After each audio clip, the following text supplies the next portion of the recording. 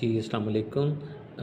आज देखें, आज हम जो काम करने जा रहे हैं वो है कि बे की 8 जो मुख्तलिफ़ अशकाल हैं जो ये जब किसी हर्फ के शुरू में दूसरे हर्फ से मिलते हुए बनाता है, हम उन्हें बनाने जा रहे हैं।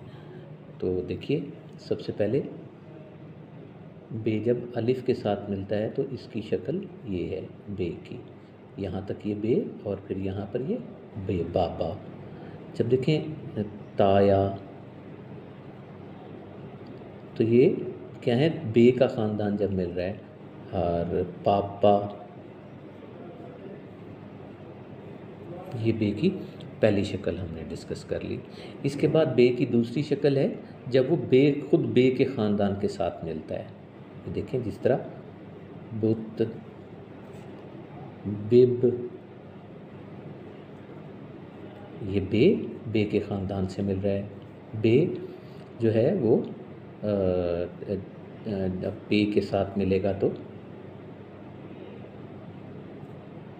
पब, ये हमारे इसकी अशकाल हैं। अब हम देखते हैं कि ये तीसरी शक्ल जो अब हम डिस्कस करने जा रहे हैं वो है इस तरह से, ये बे। ये जब जीम के ख़ानदान से मिलेगा तो ये देखें, ये बज। जब आप कहते हैं किसी चीज़ से बचना है तो ये बच।